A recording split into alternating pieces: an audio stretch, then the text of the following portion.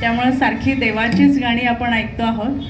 तर जेवणामध्ये जसं व्हरायटी असते आपल्याकडे, गोड असतात, तिखट पदार्थ असतात, खारट, आंबट, तुरट, सगळ्याच प्रकारच्या चवी आपण चाखत असतो। तसंच आजच्या ह्या संगीत मैफिलीमध्ये जी आपण देवदेवतांची गाणी ऐकत आहोत, त्याबरोबर काही चित्रपट गीतं पण आपण ऐकणार आहोत। तुम्हाला सगळ्यांना माहीत आहे की मनोरंजन क्षेत्रामध्ये आपल्याकडे अनेक कलाकार काम करत असतात। बऱ्याचदा असं होतं की तेच कलाकार आपल्याला पुन्हा पुन्हा दिसत असतात आणि त्यांचे चित्रपट देखील प्रसिद्ध होत असतात।